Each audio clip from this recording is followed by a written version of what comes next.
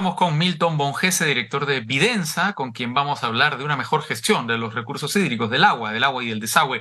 Milton, ¿qué tal? ¿Cómo estás? Bienvenido al vuelo, un gusto poder conversar contigo. Hola Raúl, encantadísimo como siempre. Bueno, comenzó a hablarse nuevamente mucho del agua a partir de esta emergencia por un problema de comunicación de Sedapal que supuso que la ciudad de Lima en algunos distritos se quedaría sin agua entre 24 y 72 horas aproximadamente, ¿no? Pero bueno, se habla poco del agua en realidad para lo importante que es el Perú. No sé si te parece, si estás de acuerdo. Totalmente de acuerdo, porque el agua es tremendamente importante para la vida, pero además en el Perú es transversal no solamente a las necesidades de las personas, sino también para las necesidades de la producción en general, ¿no? Perú es un país rico en agua, si uno lo mide como cantidad de agua en todo el territorio.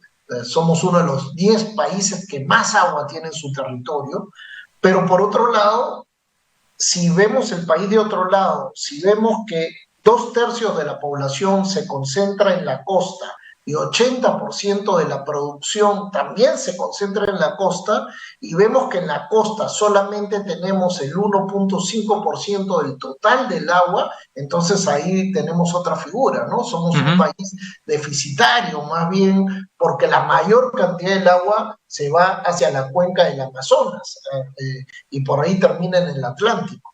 Ajá, claro, porque las lluvias se concentran en esa zona, ¿verdad? Es decir, ahí tenemos Así ese es. parteaguas que es la cordillera de los Andes, que hacen que la zona amazónica, la zona húmeda, lluviosa, digamos, se alimente de mucha agua, mientras que la otra, digamos, la otra mitad del país, por decirlo de alguna manera, La es una mitad desértica. seca, árida, desértica, ¿verdad? Así es. Eh, Ahora, al mismo tiempo, claro, lo que tú planteas es bien importante, porque la producción se concentra en esa zona seca, árida, desértica, incluso la producción agrícola. Así es. Así es. Así es. Y se concentra ahí en realidad, por algo que el peruano aprendió, pero que después se olvidó, que es hacer estos embalses de agua en la parte en la que tenemos abundante agua. Es decir, agarramos en las partes altas de la cordillera, en la vertiente oriental, en vez de que se vaya el agua hacia el Atlántico, las represas, almacenas agua, haces un túnel debajo de la cordillera y pasas el agua hacia el lado que no tenemos agua. Y eso es Ujú. lo que ha posibilitado, esta ingeniería de los peruanos importante, ha posibilitado crear lo que podemos llamar unos ríos artificiales que han hecho posible el desarrollo agrícola y sobre todo en las últimas décadas agroexportador que tanto éxito han tenido en los últimos 30 años. Ujú. Ahora, hay una cifra que es importante, yo te pediría que nos la traduzcas, ¿no? Considerando los ámbitos urbano y rural, en todo nuestro país hay 25.000 prestadores de servicios de saneamiento. Esta es una encuesta de 2017 y existen regiones con hasta 5 EPS, como Junín, Lima y Puno. Pero los servicios de saneamiento están muy dispersos, no se aprovechan las economías de escala. ¿Qué quiere decir este enunciado? Claro, ¿qué quiere decir? Que nosotros tenemos que revisar toda la configuración institucional para manejar el agua para consumo humano. Perú, de acuerdo a esa cifra, tiene como 50 operadores o empresas a nivel departamental para las zonas urbanas. Son 50 exactamente. Si le 50. quitamos Sedapal, que es la principal que está en Lima, son 49 y son empresas municipales. Y hay algunas regiones, como Puno, por ejemplo, como Lima, como San Martín, que tienen 5 empresas para atender a una población pequeñita. Lo que pasa en el mundo, más de 100.000 conexiones. Es decir, no deberíamos tener 5 empresas por regiones, deberíamos tener una empresa o una empresa que abastezca a más de una región. Si le metes además las zonas rurales, ahí viene el tema de los 25.000 operadores. Hay 25.000 asociaciones de usuarios que manejan ellos mismos el agua con Eso es toda la demencial, ¿verdad? deficiencia Eso que es una se absoluta puede generar. locura. Es una locura, hay sobrecostos, hay ineficiencia, hay falta de capacidad técnica y por eso solamente el 2% de los hogares en zonas rurales que tienen una conexión domiciliaria reciben agua clorada, Mm. porque estos operadores chiquitos no saben manejar técnicamente el agua y no saben clorarla, y cuando la saben clorar no tienen los recursos para hacerlo. Sí, ahora, frente a esta situación dramática, se abre este debate que nos acompaña desde los años 90, sí o no a la privatización del agua.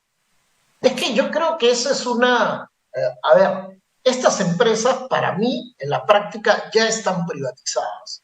Y se están privatizadas porque los sindicatos son los dueños de estas empresas y hacen realmente lo que quieren con las empresas. Meten a toda la gente que quieran, en convenio con el alcalde de turno, y realmente los niveles de eficiencia con los que se manejan son ínfimos, están mayoritariamente quebradas, no hay ninguna que esté en alguna buena posición salvo Sedapal. Entonces, el debate no es privatizar o no privatizar, el debate es cuál es el mejor modelo de gestión para administrar los servicios del agua. Y Uh -huh. entre la privatización pura, que es vender completa la empresa y vender todos los activos, o dejarla en poder público, en poder del Estado al 100%, hay una serie de opciones intermedias que existen en el mundo.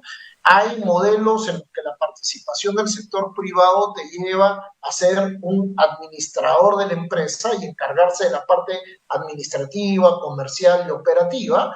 Eso incluso en Cuba, ahí en el paraíso socialista, donde Aguas de La Habana no se podía dar abasto, contrató a Aguas de Barcelona Sí. para que lo ayude a dar agua a la población.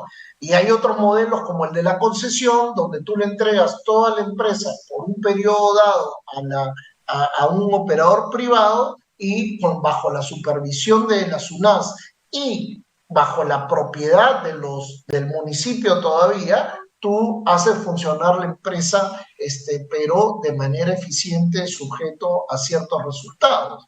Entonces, esta discusión de los que promueven los sindicatos y los involucrados en que no, vas a privatizar el agua y los niños se van a morir y todo va a ser terrible, es como decir, voy a disfrazar de monstruo esa palabra de participación del sector privado, cuando en el mundo hay todas las opciones entre las dos extremas, que es la peruana, que es estatal pura municipal, y la única opción de privatización en América Latina, que es la chilena, que dicho sea de paso, ha dado estupendos resultados, Sí. pero pensando que en el Perú probablemente ese modelo socialmente no pueda ser implementado, hay toda una variedad de grises para escoger. Ahora, digamos, al mismo tiempo siento que por lo menos en el caso del Perú puede ser hasta un debate falso el de la privatización. ¿Por qué? Porque de lo que he podido ver de las entrevistas que he sostenido, el gran argumento en contra de la privatización tiene que ver con el encarecimiento del agua, porque el agua está subsidiada, ¿verdad? Pero claro, uno se pone a analizar la situación del agua y nadie paga tan cara el agua como, digamos, las personas más pobres del Perú, que son las personas que tienen que pagar el agua al peso. Así es, totalmente de acuerdo. Mira, el metro cúbico equivalente vale 5 o 6 veces más para el más pobre, para el que la paga al peso. O sea, si tú estás en las zonas de expansión de Huaycán o en cualquier zona de Lima Este o de Lima Norte o de Lima Sur, donde no hay servicio del agua, el agua está racionadísima, Sí. el poblador más pobre no solamente consume poca agua porque la tiene que cuidar, sino que paga 5 o 6 veces más por el mismo litro de agua que consumes tú o yo. Y eso claramente no tiene ningún sentido. ¿Y por qué no se llega hasta allá, hasta esos pobladores? Por una serie de razones, pero una que es principal es la ineficiencia de estas empresas operadoras de agua para hacer inversiones de calidad. Esa es Mm. una razón principalísima. Dentro de este enorme abanico de opciones que existen entre la privatización absoluta y la estatización absoluta, ¿qué modelo recomendarías para resolver o comenzar a resolver el enorme problema de saneamiento y de agua potable en el Perú? Para mí lo ideal serían las concesiones, es decir, tú le entregas la empresa al privado por un tiempo determinado, sujeto a que logren ciertos indicadores.